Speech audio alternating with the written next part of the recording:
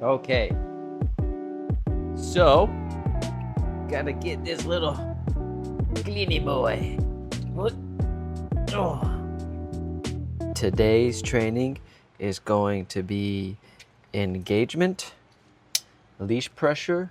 So super simple whenever it comes to engagement.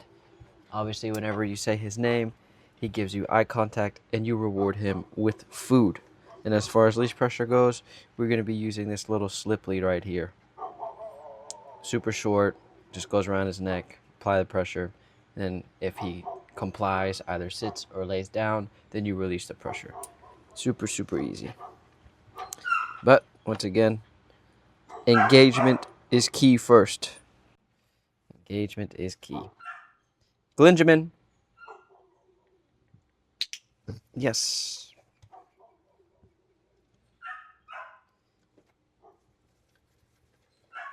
Put this stuff behind me because if I remember from yesterday's training, all he was looking at was the pouch in my hand, and that's what we don't want. Glenjamin. Yes. Good man. So Glenjamin has a very, very high food drive, just as any puppy would. So with his food drive, we take advantage of this. We create positive experiences. Yes. Good boy. And we mark everything, right?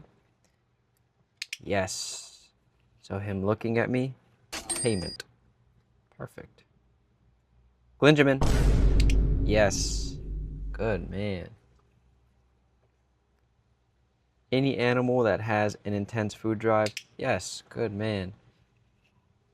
You could train that guy to the moon and back. Yes. So he's doing really good on engagement here. So we'll get a couple drills. Yes.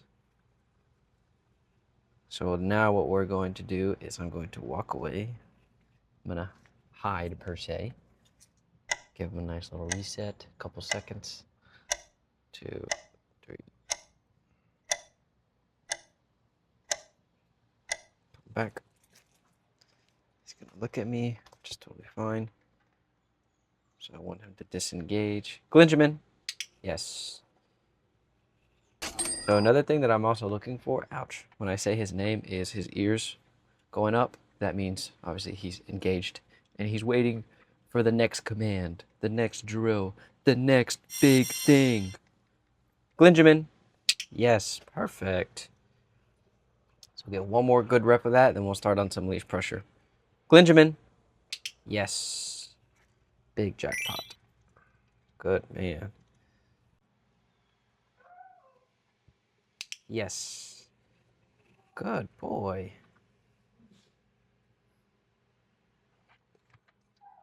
Yes. So I'm doing 3 types of marking. My verbal mark, which is the yes, the clicker, and the food. Yes.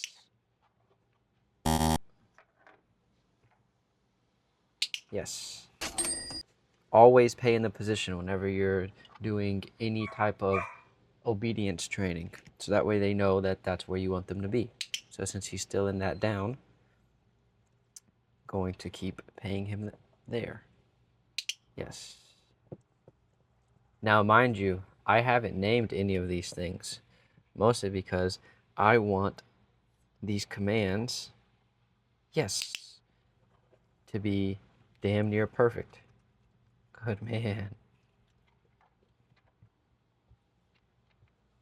Yes. And once I see the perfection and he listens to the leash pressure and the hand signals, then we put a vocal cord to it.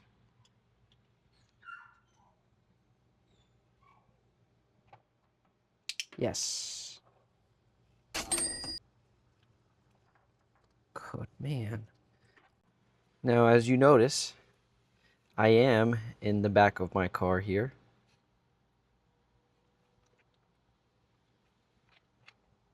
Yes. Now, the reason why I'm in the back of my car is, for some reason, it just works. I mean, I know why it works. It's very, you know, it's its own space. It's easy to manage. You're blocking a lot of his peripherals, and he's mostly focused on you. Um, but you know, this is how I trained my dog. This is how I've trained other clients' dogs, and it works wonders. It's great for teaching the leash pressure, teaching the hand signals, things of that nature. Oh, little chokey. Glinjamin. Yes. No. Yes. Excuse me. Glinjamin. Yes. So now what I'm doing here by adding these hand signs is I'm using food luring.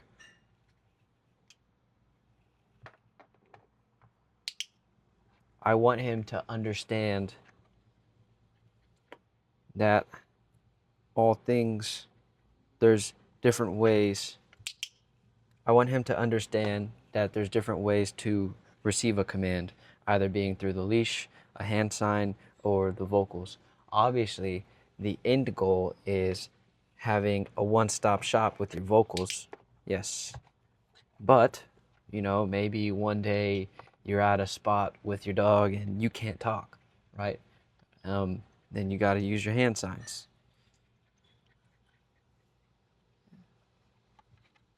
And they actually come in handy.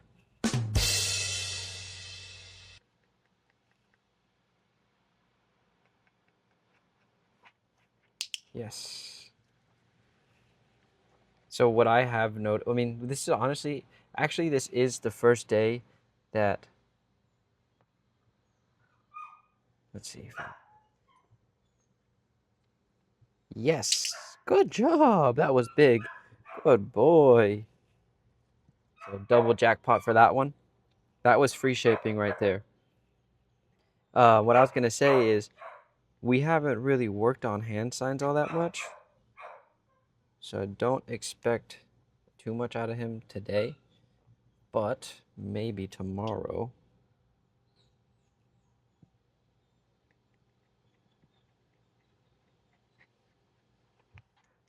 Yes, good job. Another reward there. He might just get it down today. That other dog is really struggling. Yes, good boy. Look at that.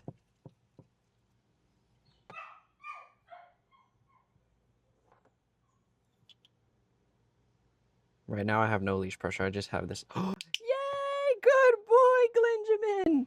Big jackpot for that one. Big jackpot. That was huge. That was huge. Let's get a couple more reps in of that.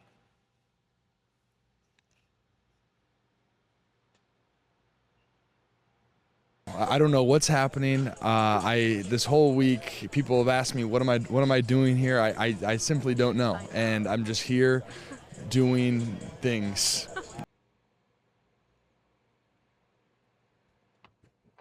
Yes, good man. Good man. Someone's moving along smoothly. Look at you go, Glenjamin. You're smart.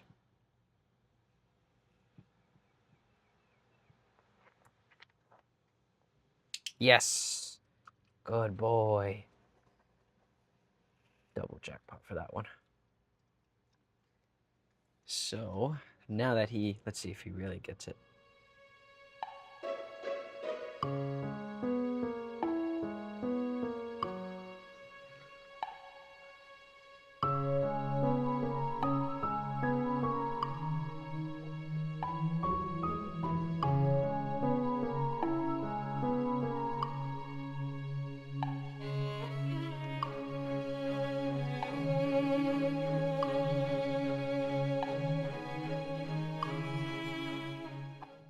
Yes.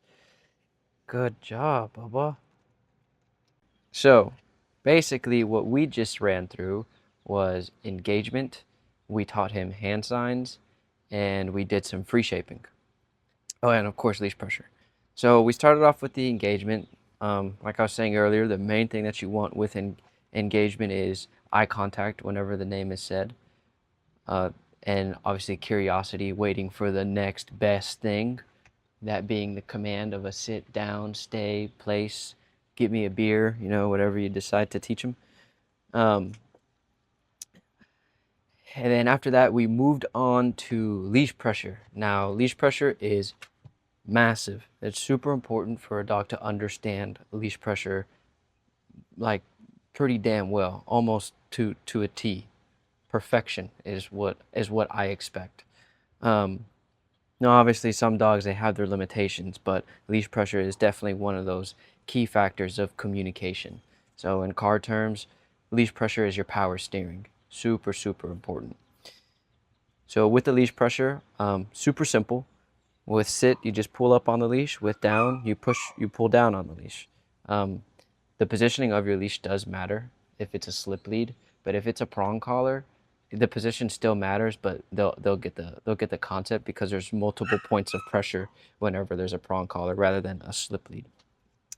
Now, we after our leash pressure session, we did hand signals. And like I was saying, hand signals is something that I haven't taught him. So that was literally fresh. That was we learned that one today, and as you can tell, he picked up on it pretty quick. So hand signals are this.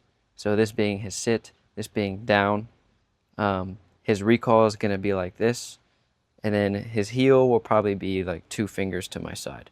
But he's not at heel yet. I can teach the dog heel, but I'd rather perfect the super basic obedient, which is sit, down, place, recall, and stay, and of course impulse control, and then move towards heel. Because once he gets basic obedience and he knows how to claim a reward or get a reward, and he knows how to turn the leash on and off, the leash pressure, that is, then we can move on to a more advanced command. Now, I'm not saying that although he's young, he won't learn heel. No, you'd actually be very surprised. Puppies, this is their prime stage. This is what you want to teach them everything. They're always learning. Whenever they're roaming around your house, they're learning. Whenever they're standing next to you, they're learning. Whenever they're doing this, just sitting, they're learning. Any opportunity you get to train your dog, yes, you should take that opportunity. They learn. They're like a sponge. Their brain doesn't stop whenever they're young. Yes. Good job. But the more time you put into it, the better it's going to be whenever they get older. Now, you might be worried, hey, you're actually Pez dispensing the dog. You're feeding him a lot of kibble. That's totally fine at a young age. It's 100% cool. Now, if you prefer not to do that, by all means, go for it. It's still going to work. Every trainer has their own method of training. And for me, like I said, this is where my success rate is for puppies. The trunk of my car, kibble in my pouch, a clicker, and starting off without even talking to the dog. Because if you noticed, that entire time we did our training session, I didn't say a word. I was mostly talking to you guys. Didn't really talk to Glenjamin. Yes, good boy. To Glenjamin, other than saying his name. Yes, good boy. Good man. Glenjamin. Yes, good man. That's a good boy. So here, other parts of training that you can also do during your dedicated session is messing with his face, making sure he gets comfortable with this. Yes. Creating a positive experience with things like this that make a dog uncomfortable normally. Good. This helps you out in the long run, because let's say maybe one day Glingy boy gets sick, or he has a hurt paw and there's something going on and you need to examine his paw, or whatever it is that you need to examine, he needs to be okay with it. He needs to be, oh, this actually isn't a bad thing. I can tell that they're trying to help me out here. Good boy. And even rolling him on his back, that helps out a lot. Yes, good man.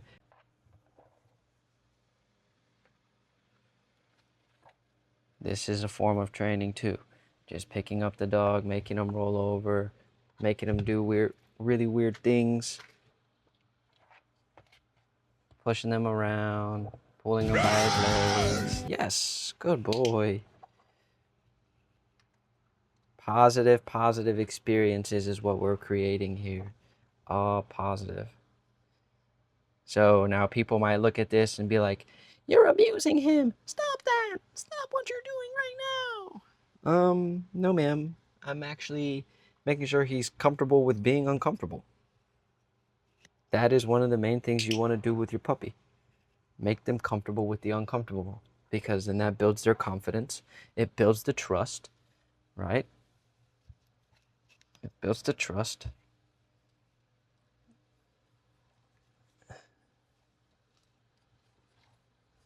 See, things like that. Touching his mouth. If you notice, he was not nipping at me, but he's like, get away from my mouth. I don't like that. So that's something that we can do. Yes.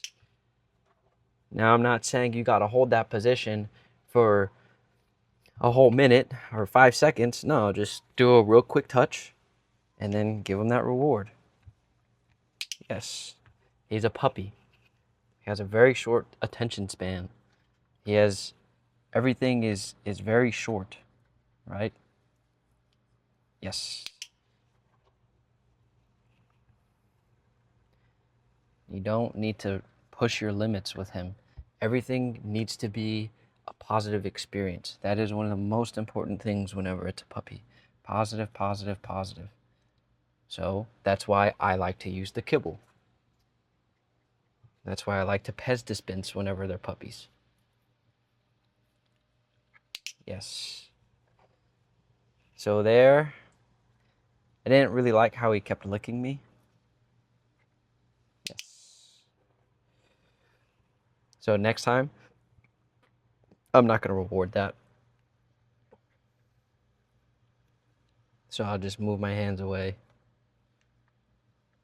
and go back at it. Make sure, move my hands away again. Then at one point, he'll probably catch on to like, hey, why am I not getting a reward here? What's going on? Because everything is a game. Yes, good. And there, I don't know if you saw it, but I had my hand on him, and then he pulled away because he felt uncomfortable, which is fine. Like I said, puppies have their limitations too. They can set their boundaries with you. If they feel uncomfortable with that, that's totally cool. That just means that it's something you need to work on a little bit more, and you need to have the patience to work with him. So he doesn't like me touching his head and lifting his lip. Totally fine.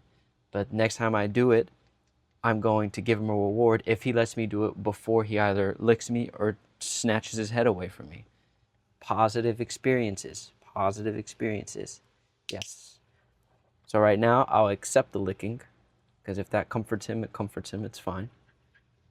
But, yes, as time goes on, I would prefer him not to lick. But if, like I said, if that's something that just comforts him and it makes it easier on me or the vet or whomever is examining him, then licking is fine. It's not going to kill you. All it is dog drool, you know? Yes. Yes. So if you saw there, I got both sides on that one. Good man. So let's see. So I want to end off on a good note. We're pushing 30 minutes here. Sessions normally shouldn't be this long for a puppy, but since we have been falling behind on schedule a little bit, I have to make up lost time.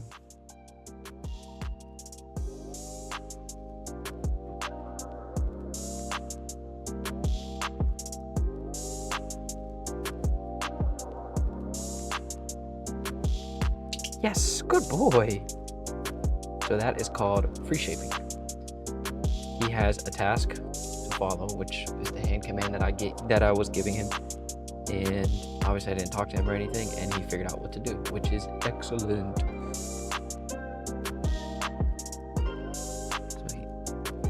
Yes, good boy. So we will call it there. That, in my books, is a successful training. So we'll give him the rest of his food. That will be his jackpot award for being a really good boy. And yeah, Glenjamin is doing amazing. Yeah, that's a good man. All right. Be sure to like and subscribe, and keep your eye out for more Glenjamin videos.